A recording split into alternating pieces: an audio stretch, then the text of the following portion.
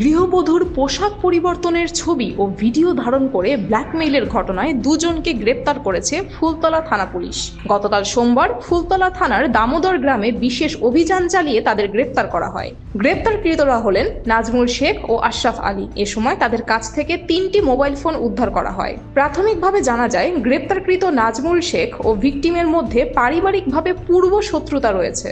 নাজমুল শেখ বিভিন্ন সময় ভিকটিমকে কুপ্রস্তাব দিয়ে আসছিল।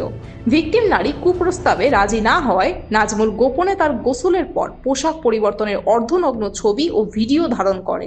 উক্ত স্থিরচিত্র ও ভিডিও ভিকটিমকে দেখিয়ে তার কুপ্রস্তাবে রাজি হতে বলে, অন্যথায় ছবি ও ভিডিও সামাজিক যোগাযোগ মাধ্যমে ছড়িয়ে দেবে বলে হুমকি প্রদান করে। এই ঘটনায় ফুলতলা থানায় পর্নোগ্রাফি নিয়ন্ত্রণ আইনে একটি মামলা দায়ের করা হয়েছে। জান্নাত মিতু, খুলনা গেজেট।